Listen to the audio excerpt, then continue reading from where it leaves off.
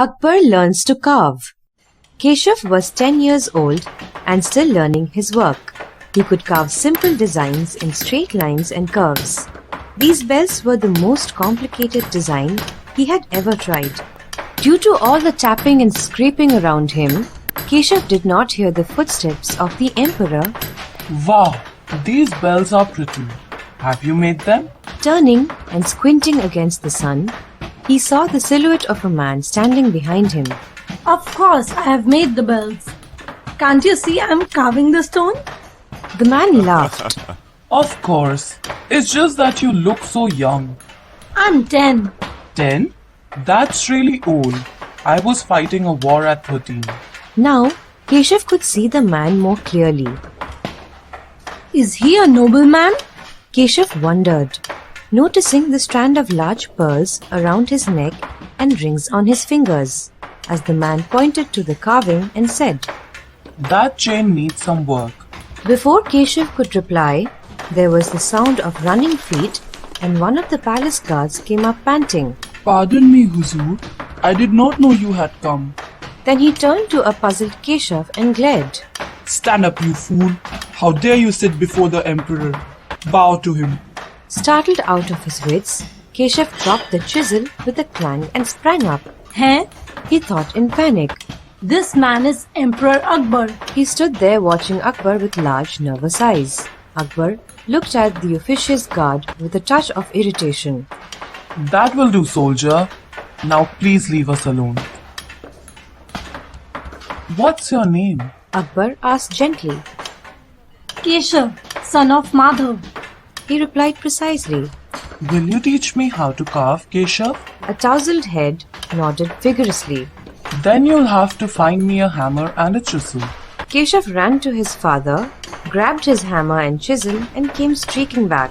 Akbar settled down on the ground beside him, pulling a small piece of sandstone closer and said, Theek hai. Now what do I do? Keshav looked doubtfully at Akbar. Should you do this, Huzur? Why not? I'm sure I'll be able to learn. No, you are the Badshah after all. It is not right. Akbar's grin widened. Acha. But last week I was helping to carry baskets of mud.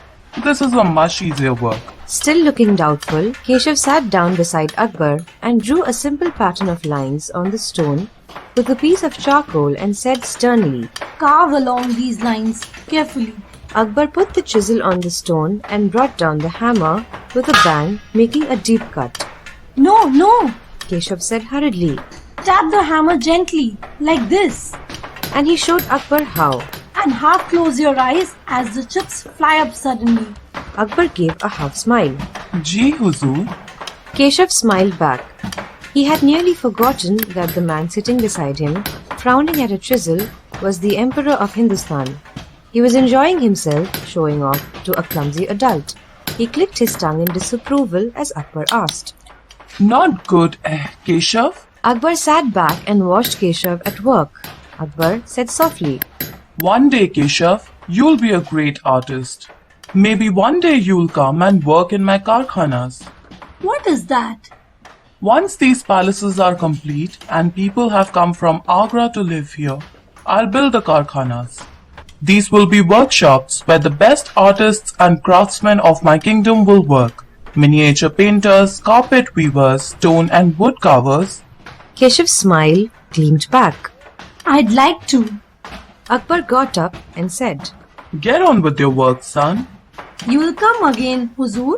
I will, Keshav, son of Madhav.